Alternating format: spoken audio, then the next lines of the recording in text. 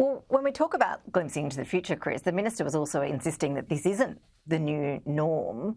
What do you think the outlook is for the East Coast? Are blackouts on the cards as the weather only warms up? What we'll see over the course of the next few years on the pathway that we're on, and they're determined to stay on this pathway, and it's not just the federal government, it's the state governments as well, is that the grid will become increasingly unreliable and electricity will become increasingly more expensive because wind and solar generators cannot deliver power on demand. They cannot be an electricity system without relying on something. Now, that something at the moment is coal. In the future, that something will have to be gas, not just a little bit of gas, but 15 gigawatts of gas. Now, I don't know if we have the graphic available, but if you look at what's happening in New South Wales right now, what you will see that 60% of the generation is coming from coal-fired power. There's quite a bit of solar in the system, but look at what's happened with wind. 1%. Why is it that wind's never responsible for the problems that we have in the system? Because, of course, it always gets a free pass. And as coal retires, more expensive sources will be called in order to fill that gap. Those expensive sources will be gas, an expensive source compared to coal in terms of electricity generation.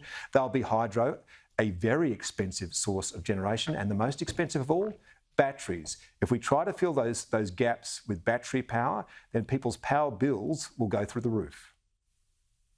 So how big is the disconnect, Chris, in terms of what residents, what Australians have been told about their efforts, particularly on the solar front, compared with what's happening in reality?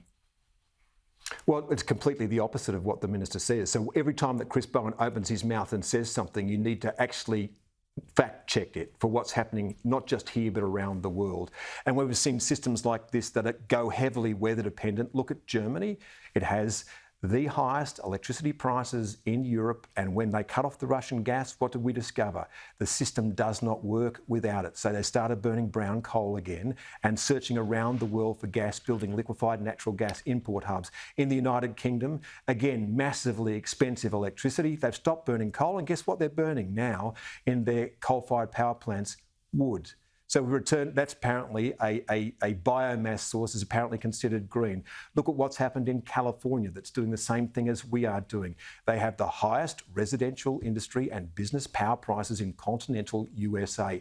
Anywhere you look at the kind of system that we're designing, what do we see?